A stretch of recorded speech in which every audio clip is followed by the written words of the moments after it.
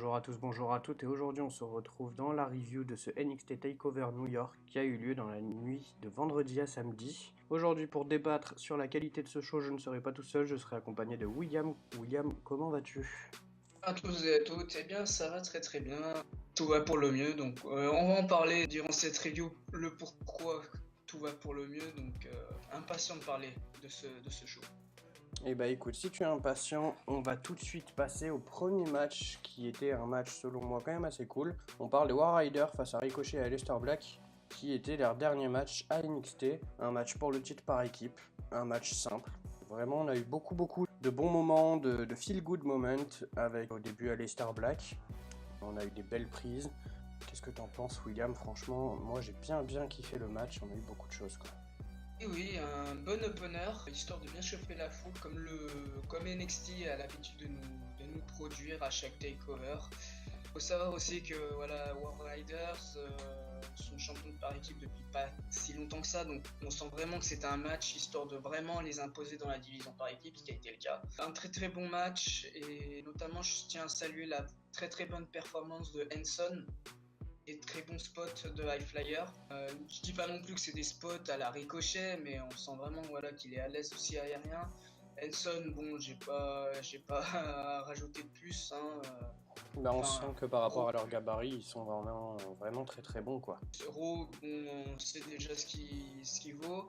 Et Ricochet et Aleister Black, bon, bah, pour un match d'adieu, ils ont fait une très bonne performance. Donc un très bon opener, et je leur donne la note de 4 sur 5 pour ce match. Voilà. Ce sera pareil de mon côté, j'ai pas grand chose à rajouter. On a eu vraiment des bons spots, comme je le disais. On a aussi les War Riders, malgré leur gabarit qui est quand même assez imposant, qu'ils arrivent à nous sortir des prises de fou en montrant leur puissance mais aussi leur agilité.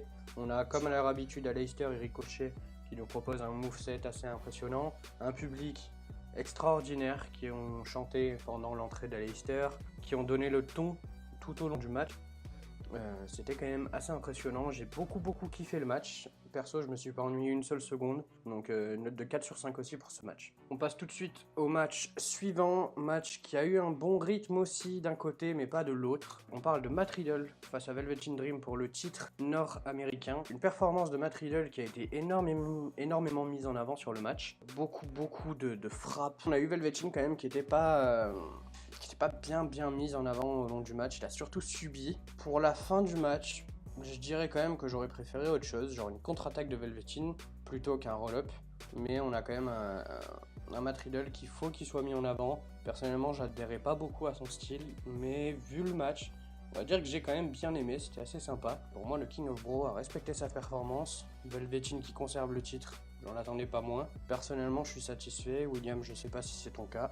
Non, un match qui a eu du mal à démarrer. Sur la fin, je l'ai plutôt bien apprécié, on va dire le point central du match. Mais sinon, non, j'ai pas vraiment apprécié le match dans sa globalité. J'ai du mal, voilà, je ne m'en cache pas, j'ai du mal avec Matt Riddle. D'une autre part, non, au contraire, je suis un énorme marque du Dream, du Velveteen Dream, que je considère comme une grosse future star à la WWE. Il a un énorme potentiel. Son entrée, elle est juste magistrale en tant que statue de la liberté. Il respire un charisme incroyable, donc j'espère sincèrement que la WWE ne va pas le griller dans le roster principal, parce que sincèrement il peut devenir, je pense, une des plus grosses stars de la prochaine décennie à la WWE. Ensuite, pour revenir sur le match en lui-même, bon moment, Matt Riddle a essayé de faire quelque chose, mais à mon sens c'est vraiment le Dream qui a porté ce match. Donc malheureusement, en soi, c'était pas vraiment un match dans lequel je suis rentré dedans en fait. C'est vraiment sur la fin que j'ai essayé de vraiment m'y mettre à fond, mais j'ai vraiment eu, sur la globalité du match, j'ai vraiment eu du mal à m'investir. Donc je vais donner une note de 3,5 sur 5 sur ce match. Je suis assez d'accord, l'entrée, c'est vrai qu'elle était quand même fabuleuse. On a eu une très grande entrée du Dream. Toujours avec beaucoup de lumière, enfin, qui colle au personnage de Dream. Le match, je l'ai trouvé quand même assez bon. Pas de là à lui donner 4, parce qu'il était clairement pas au niveau du match des Raiders contre Ricochet et Aleister. Mais il était pas mauvais non plus. Moi, je vais plus partir sur un 3, qui est un peu au-dessus de la moyenne, mais on aurait pu avoir une meilleure performance du Dream, qui aurait pu être quand même un peu mis en avant, parce que là, Riddle, c'était un peu les matchs de Brock Lesnar, c'est je démonte tout, sauf que lui, à la différence, c'est qu'il a pas la victoire à la clé. Bon signe de respect entre les deux catcheurs à la fin. Je pensais pas que Dream allait faire le bro fist, mais il l'a fait. Et je trouve ça pas plus mal, on a eu une belle notion de respect durant ce NXT Takeover, et je trouve ça plutôt cool, franchement c'était plutôt cool. Mais comme on l'a vu, la foule commence un peu à avoir un certain rejet envers Matt Riddle, donc je me demande si on pourrait potentiellement ne pas avoir un heel turn prochainement de Matt Riddle. Donc on va dire du côté de la branche jaune et noire, un heel turn de Matt Riddle ne serait pas à exclure. Il faut bien y penser, en effet. Donc on va passer ensuite à un autre match qui lui par contre était très impressionnant. J'ai beaucoup aimé, on va parler de Pete Dunne face à Walter pour le titre UK. Très grosse performance des deux. Walter, c'est vrai que pour ceux qui ne le connaissent pas trop d'avant ou qui ne se sont pas renseignés, ça pouvait faire bizarre de le voir arriver, être dans le spot direct et voir tout le monde impatient pour ce match, mais Walter est quelqu'un que j'affectionne tout particulièrement. Un mec très grand, très tanké, mais qui nous sort des moves tels que son running dropkick qu'on a l'habitude de voir, qui personnellement il m'impressionne à chaque fois. On a eu un moveset quand même bien complet des deux. Un Pete Dunne qui a réalisé une très bonne performance. On n'a rien à dire, il a réussi à apporter son bitter end à la fin. C'était très cool. Je m'attendais forcément à avoir un bitter end, mais je vais pas mentir que quand j'ai vu ce bitter end, je m'attendais à ce que le match soit fini. Et on a eu un Walter qui est revenu encore et encore. Dunne qui est revenu pareil encore et encore. Super match pour ma part. Super bonne fin avec Walter. Walter qui remporte le titre. Je suis très content, j'attends de voir ce que ça va donner. Ça va donner un petit côté renouveau à NXT UK. Dans la globalité, je veux dire que c'était un match plutôt moyen dans le sens où j'ai eu du mal à m'investir auprès de Walter. Pete Dunne, non. Pete Dunne, je suis ultra fan de cet homme. Comme j'ai dit, pour moi, avec le The Dream, c'est le futur en fait. Il faut que la WWE mise sur lui. Un charisme de fou, notamment son gimmick de Bruiserweight. Faut vraiment que la WWE mise sur ça. In-ring, c'est du parfait. Sauf que là, sur ce match, en sachant que je n'ai pas vraiment eu l'habitude, c'était l'un des premiers matchs que je voyais de Walter. J'ai eu du mal en fait à m'investir à fond sur ce match, bien que la performance globale était plutôt bonne. Voilà, j'ai eu du mal, donc pour moi, certes c'est une belle victoire, voilà, il met fin au long règne de 685 jours de Pete Dunne en tant que champion UK. Au passage, il faut souligner ce très bon règne, voilà, malgré que les défenses n'étaient pas non plus nombreuses, mais quand elles étaient remarquées. Je tiens notamment à souligner ça. Son très bon match contre Joe Coffey au premier NXT UK Takeover à Blackpool en janvier dernier. Justement, c'était sur ce show que Walter avait fait ses débuts. Mais en sachant que c'était la première fois depuis la victoire de Pete Dunne face à Tyler Bate à NXT Takeover Chicago en 2017 que le titre UK a été défendu, eh bien, on va dire que c'était des signes avant-coureurs que le règne de Pete Dunne en tant que champion UK allait toucher à ça. Et malheureusement, ça n'a pas loupé. Donc on va dire belle victoire de Walter, mais pour moi le match n'était pas, j'ai pas réussi vraiment à rentrer dedans, donc je vais lui donner la même note que le match entre Matt Riddle et The Velvet Dream, donc un 3,5 sur 5. Bon bah écoute, c'est vrai que sur un point sur lequel on est d'accord, c'est quand même une belle victoire de Walter. J'ai hâte de voir ce qu'il fera par la suite avec cette ceinture. Vraiment très hâte. Oui, tout à fait. Désolé de t'interrompre, mais oui, ça va être un renouveau de la division UK, en sachant avec les signatures qu'on a eues récemment, l'ajout de Cassius Ohno également récemment, donc on pourrait avoir vraiment de bons matchs, de belles affiches, et puis ça pourra permettre vraiment de introduire Walter au sein des fans de la WWE comme je le suis. C'est ça. Et bah écoute, on va passer à un autre match qui m'a un petit peu refroidi, mais qui était loin d'être mauvais aussi. On va parler du titre féminin où on a eu Shayna Baszler, Bianca Belair, Io Shirai et Kairi Sane dans un Fatal 4-Way match. Je vais te laisser donner ton avis en premier, William. Eh bien pour moi c'était un très bon match. Shayna Baszler au départ j'étais pas vraiment pas du tout fan. Je pensais qu'elle allait nous faire une Brock Lesnar en mode dominante, etc. Alors avec le temps elle s'améliore de plus en plus. Donc un très bon match auquel je vais donner une note de 4,5 sur 5. Shayna Baszler je la voyais conserver. pour moi, c'était pas encore le moment pour la faire monter dans le roster principal. Donc, il faut vraiment que la WWE mise encore un peu sur elle, mais je la vois perdre au prochain takeover qui est, selon les sources internes à la WWE, programmé pour le 8 juin prochain. Donc si effectivement ce takeover là aura lieu, eh bien je pense que la WWE lui fera perdre le titre féminin et l'enverra par la suite au roster principal juste avant SummerSlam. Mais en soi, un match très très solide de la part des 4 catcheuses. Bonne performance de la part de Bianca Belair, même si j'ai pas vraiment été aussi autant emballé que son match contre Shayna Baszler lors du takeover précédent. Mais il faut également souligner la très très bonne performance de Io Shirai qui commence vraiment à monter et à s'imposer dans la division féminine, mais également la bonne performance de Kairi Sane, mais qui je pense arrive en fin de cycle à NXT, donc on devrait plus tarder je pense à l'avoir débarqué dans le roster principal. Mais en soi, le match de la part des 4 catcheuses, donc un très bon match et un 4,5 comme je l'ai dit précédemment. Pour moi, je vais rentrer tout de suite dans la note. Pour moi, ce sera un 3,5 sur 5, parce que le match, j'ai bien aimé. Après, il y avait Kairi Sane et Io Shirai, deux catcheuses que j'apprécie énormément. On a eu, oui, vraiment un match qui était loin d'être mauvais, comme je le disais, mais qui n'était pas non plus le match que j'aurais noté match de la soirée. Après, il y avait beaucoup de matchs qui pouvaient voler le show, hein. Clairement, on a eu un très très bon NXT TakeOver. Shayna Baszler qui conserve. Moi, je suis pas du même avis que William sur un truc, c'est que j'aurais bien aimé qu'elle perde le titre pour justement pouvoir, dans pas longtemps, passer dans le roster principal pour pouvoir remplacer Rousey. Rousey qui veut prendre du temps dans sa vie privée pour elle. Donc ça m'aurait bien plu de voir Shayna Baszler dans le main roster, mais la voir conserver le titre ne me dérange pas non plus, parce que comme William disait, ça peut ouvrir les portes à une Kairi Sane pour passer dans le main roster. Io Shirai, très bonne performance, j'ai bien aimé les petits moments où on voyait Sky Pirate ensemble, mais où aussi on les voyait s'affronter.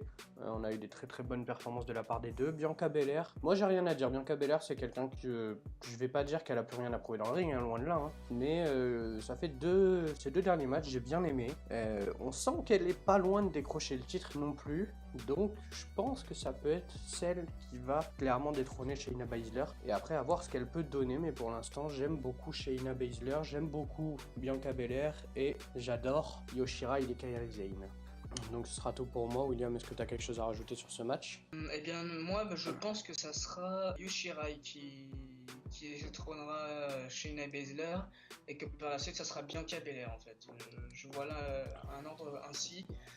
Donc on verra bien ce que NXT nous réserve sur ce côté-là, mais je vois Io Shirai détrôner Shayna Baszler. C'est une option aussi, et oui, c'est un scénario qui personnellement me plairait. Après, est-ce que ça plaira à tout le monde? C'est une autre question. En tout cas, un match qui a plu presque à tout le monde, c'est Adam Cole contre Johnny Gargano, un match tout out of trifle pour le titre NXT. William, encore une fois, je vais te laisser exprimer ton avis en premier, toi qui es un très très grand marque de Johnny Gargano, je pense que tu as beaucoup de choses à dire. Alors oui, que dire de ce match, que dire de ce match, que dire de ce moment, que dire de la construction de l'histoire du storytelling, bref, je suis désolé de m'emballer ainsi, mais c'est tout à ton honneur. pour moi en tant que fan de catch, c'est juste un régal émotionnel, un régal pour les yeux de voir un catcheur pour lequel on se prend autant de passion, pour lequel on est aussi investi émotionnellement, enfin décrocher le Saint Graal. Les chauds qui regardent cette review, je suis désolé, mais spoil, Johnny Gargano est devenu champion NXT.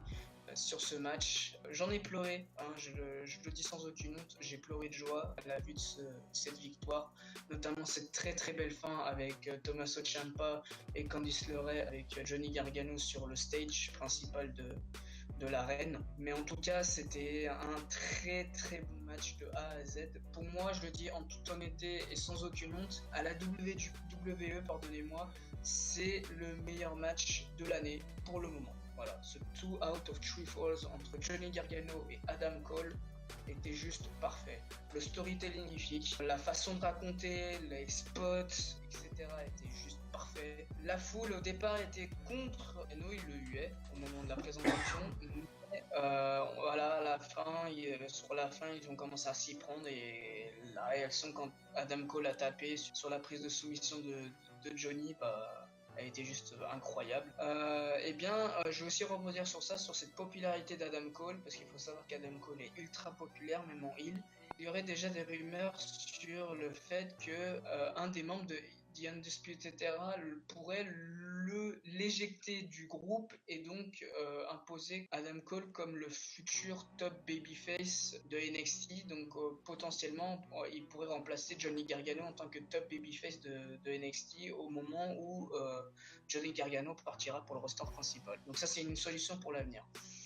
Mais ensuite, pour revenir sur le match, je l'ai déjà dit, voilà, très très bon match, émotionnel, enfin tout y est.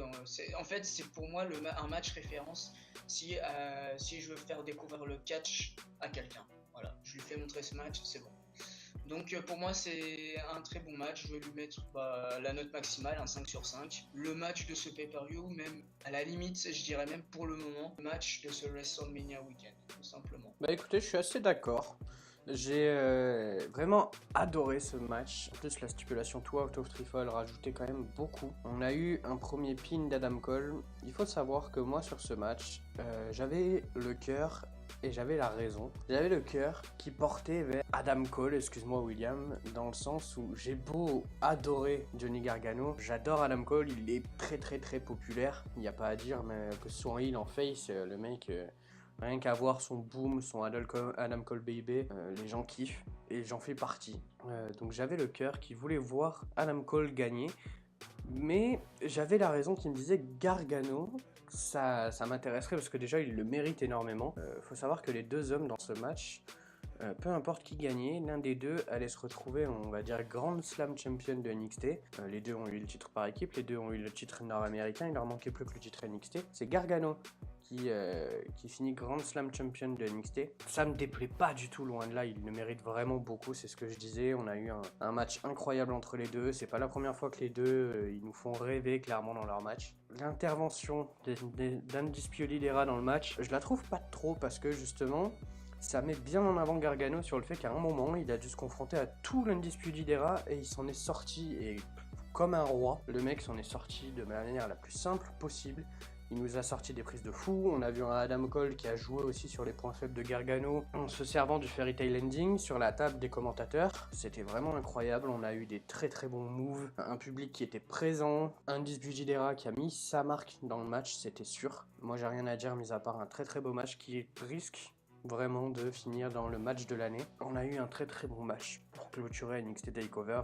Un match qui a fait rêver les plus jeunes fans comme les plus vieux fans, je pense. Tous ceux qui regardent NXT ont vibré devant ce match. Le moment qui m'a fait le plus vibrer, c'est quand j'ai vu Ciampa arriver très clairement en mode kayfabe pour féliciter Gargano, tout ça. Ils m'ont fait monter les larmes et je suis très très content d'avoir regardé ce NXT en live. NXT qui me marquera pendant de très longues années. NXT a encore des belles années devant elle. Hein. Donc ensuite, c'est pour répondre justement sur la note globale de ce show, de mon avis global. En soi, un très très bon NXT TakeOver, même si voilà, on va dire que les matchs du milieu ont eu du mal. Et c'est sur vraiment le début et la fin qu'on a eu vraiment des matchs très très solides. Donc en soi, je vais lui donner la très bonne note de 4 sur 5. Pour moi, c'est le show référence de ce WrestleMania Weekend, du moins la WWE. Pour moi, voilà, c'est un très très bon show. Merci notamment à Monsieur Triple H. Mais voilà, merci à lui pour ce show, mais juste incroyable. Voilà, même si certains matchs n'avaient pas vraiment la même qualité, on ne s'ennuie pas, clairement. Quand on regarde un NXT TakeOver, que ce soit en replay ou en live, on ne s'ennuie pas, on est à fond dedans, on s'implique dans les matchs, les promos sont super bien réalisés. Si malheureusement on n'a pas le temps de regarder les weekly, on a juste à regarder les promos et on s'implique dedans, on sait ce qui se passe, il y a une trame scénaristique, ça nous permet de suivre, on se met directement dans le match. Donc voilà, juste merci la WWE, merci Triple H et hâte d'être au prochain takeover pour voir ce que la WWE nous réserve à nouveau. C'est ça. Merci à WWE, merci Triple H et merci William d'avoir donné le mot de la fin. On va vous laisser là-dessus. On vous souhaite ce soir un très très bon épisode d'NXT. Sur ce, n'hésitez pas à vous abonner, à liker, à partager, à donner vos avis dans les commentaires. Vos avis nous intéressent énormément. Et surtout, continuez de partager vos passions. On vous laisse là. À une prochaine vidéo. Allez, salut les mecs. Ciao.